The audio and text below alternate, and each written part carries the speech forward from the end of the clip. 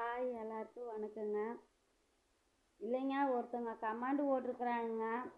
அந்த பையனுக்காக நான் பேசியிருந்தேன்லங்க, அதுக்கு உண்மை தெரியாமல் இந்த மாதிரி எல்லாம் பேசிகிட்டு இருக்கிறேன். அந்த பொண்ணு சாகணுமா, அந்த பொண்ணு செத்தா எல்லா பிரச்சனையும் முடிஞ்சிருமா, எதுக்கு இப்படி பேசிகிட்டு இருக்கிற, உன்னை மாதிரி பேசுகிறவங்க மேலையெல்லாம் கேஸ் போட்டால் தான் கேஸ் போடணும் அப்படின்னு சொல்கிறாங்க. ஒரு நியாயத்தை கேட்குறதுக்கு எதுக்குங்க கேஸ் போடணும் சொல்லுங்கள். அந்த பொண்ணை திட்டுனதுக்கே நீங்கள் என் மேலே கேஸ் போடணும் அப்படின்னு நீங்கள் சொல்கிறீங்க. வாஸ்தவம் தான், யாரையுமே திட்டக்கூடாது தான்.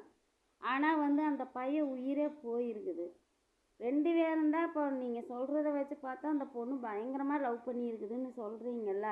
அப்போ அந்த பையனுக்கு இப்படி ஒரு அநியாயம் நடக்கும்போது அந்த பையன் பக்கம் அந்த பொண்ணு நின்றுக்கோணுமில்ல. ஏன் நிற்கல சொல்லுங்கள். நீங்கள் தானே சொன்னீங்க அந்த பொண்ணு 1 வருஷமாக அந்த பையனை தான் கல்யாணம் பண்ணிக்குவேன்னு அவங்க அப்பா கூட பேசாமையே அந்த பொண்ணு இருந்துச்சு அப்படின்னு சொல்கிறீங்கல்ல. அப்போ ஏன் அந்த பொண்ணு அந்த பையன் இறந்ததுக்கப்புறம் ஒரு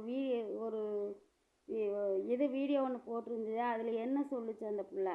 எங்கள் அப்பா நீ அந்த பையனை லவ் பண்ணுறியான்னு கேட்டப்போ இல்லைப்பா நான் லவ் பண்ணலன்னு சொல்லிச்சுன்னு சொல்கிறீங்க. அப்போ எதுங்க உண்மை? 1 வருஷமாக லவ் பண்ணி அந்த பையனுக்காக அவங்க அப்பாட்ட பேசாது இருந்தது உண்மையா? இல்லை அந்த புள்ள கவின் டைம் கேட்டிருந்தா, அதனால் நான் ஒரு 6 மாதம் டைம் கேட்டிருக்கிறேன், அதனால் நான் எங்கள் அப்பாட்ட இல்லை நான் அவனை லவ் பண்ணலேன்னு சொல்லிச்சுன்னு சொன்னீங்களா, அது உண்மையா சொல்லுங்கள். அப்போ ஸ்கூல் படிக்கும்போது இருந்தே லவ் பண்ணுறாங்கன்னு தெரிஞ்சு அந்த பையனோட அம்மாவுக்கு இந்த பொண்ணோட அம்மா ஃபோன் பண்ணி சொன்னாங்க அப்படின்னு சொல்கிறீங்கல்ல. அப்போ அந்த பையனை அவங்க அம்மா கண்டிக்காமல் இருந்திருப்பாங்கன்னு நினைக்கிறீங்களா சொல்லுங்கள். கண்டிச்சிருப்பாங்க கண்டிப்பாக.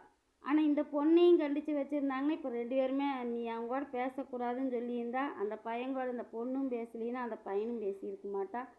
அப்போ 2 பேர்த்து மேலேயும் தானே தப்பு இருக்குது சொல்லுங்கள். அப்போ அந்த பையன் கவினுக்கு அடிபட்டு இருந்தது சென்னையில். அப்போ இந்த பொண்ணு ஆஸ்பத்திரிக்கு போய் பார்க்க போயிருந்தது அப்படின்னு சொல்கிறீங்க. ஏன் பார்க்க போகிறதுக்கு விட்டாங்க சொல்லுங்கள். எதுக்கு அவ்வளோ தூரம் போய் பார்க்கறதுக்கு விட்றாங்க? அப்புறம் என்னங்கிறீங்க, இந்த பையனுக்கு உடம்பு சரியில்லைன்னு சொல்கிறதெல்லாம் இல்லை, அந்த பொண்ணை கல்யாணம் பண்ணிக்கணும்னு கவினும் அவங்க வீட்டில் இருக்கிறவங்க எல்லாம் தான் ஆஸ்பத்திரியில் பேசுறதுக்கு போயிருக்கிறாங்க. அதை அவங்க தம்பிக்கு தெரிஞ்சுதான் அப்படி பண்ணியிருக்கா அப்படின்னு சொல்கிறீங்க.